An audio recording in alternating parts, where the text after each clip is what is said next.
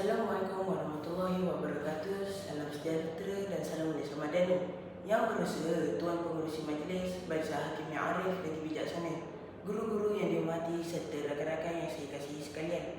Bersatu kita teguh, bersila kita roboh. Begitulah peribahasa yang menggambarkan betapa pentingnya perpaduan dalam sebuah negara. Persoalannya, apakah tunjang yang mampu menyatukan rakyat Malaysia yang terdiri daripada pelbagai kaum, agama dan kebudayaan? Jawapannya ialah rukun negara yang menjadikan perpaduan hidup serta rakyat Malaysia sejak diperkenalkan pada tahun 1970. Pada hari ini, saya akan mengupas 3 prinsip penting dalam rukun negara, iaitu kepercayaan kepada Tuhan, kesetiaan kepada raja dan negara, serta kesopanan dan kesusilaan. Hadirin yang dihormati, prinsip pertama ialah kepercayaan kepada Tuhan merupakan asas pembentukan sasiah dan akhlak mulia. Walaupun rakyat Malaysia mengamalkan pelbagai agama dan kepercayaan, setiap agama mengajar kita supaya berbuat baik, menghormati orang lain dan menjauhi perkara yang buruk. Nilai-nilai murni inilah yang menjadikan benteng kepada masyarakat daripada gejala negatif seperti buli, jenayah, rasuah dan perpecahan. Sebagai pelajar, kita boleh mengamalkan prinsip ini dengan menghormati amalan agama rakan-rakan, tidak mempersendakan percaya orang lain, serta bersikap jujur dan amanah dalam setiap perkara. Apabila kita menghormati pelbagai agama, keamanan negara akan terus terpelihara. Hadirin sekalian, prinsip kedua ialah kesetiaan kepada raja dan negara.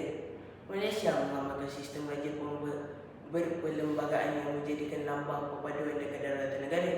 Kesetiaan kepada raja bukan sekadar menghafal nama yang di-Pertuan Agong atau menyanyikan lagu negaraku, tetapi turut melibatkan rasa cinta terhadap tanah air dan kesanggupan mempertahankan keamanan negara. Sebagai generasi muda, kita boleh menunjukkan semangat patriotik yang dengan menghormati jalan gemilang, menyanyikan lagu kebangsaan dengan penuh semangat, mematuhi undang-undang serta menjaga nama baik negara sama ada di dunia nyata maupun di media sosial. Janganlah kita menjadi generasi yang mudah terpengaruh dengan berita palsu atau menyebarkan kebencian yang boleh memberatkan keamanan negara. Sidang hadirin, prinsip ketiga yang ingin saya tekankan ialah kesopanan dan kesusilaan. Dalam dunia yang semakin moden, adab dan budi bahasa tidak seharusnya dilupakan. Bak kata pepatah Melayu, bahasa menunjukkan bangsa. Sikap menghormati ibu bapa, guru, jiran dan rakan-rakan mencerminkan kepribadian seseorang. Malangnya, pada hari ini kita sering melihat budaya menghina, mencaci dan mengeluarkan kata-kata kesat di media sosial. Jika perkara ini dibiarkan, masyarakat akan hilang rasa hormat antara satu sama lain. Oleh itu, marilah kita membudayakan amalan memberi salam, mengucap terima kasih bertutur dengan sopan serta menghormati pandangan orang lain walaupun berbeza pandangan. Hadirin yang saya hormati, rukun negara bukanlah sekadar 5 baris ayat yang dihafal ketika pergi sekolah. Sebaliknya, ia ialah perpaduan yang perlu diamalkan dalam kehidupan seharian. Jika setiap rakyat menghayati prinsip-prinsip ini, sudah pasti Malaysia akan terus aman, maju dan dihormati di mata dunia. Sebagai generasi pewaris negara, kitalah yang akan menentukan sama ada rukun negara terus menjadi pegangan atau sekadar tinggal dalam lembaran sejarah.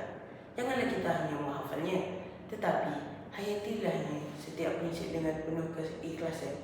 Sekian, terima kasih.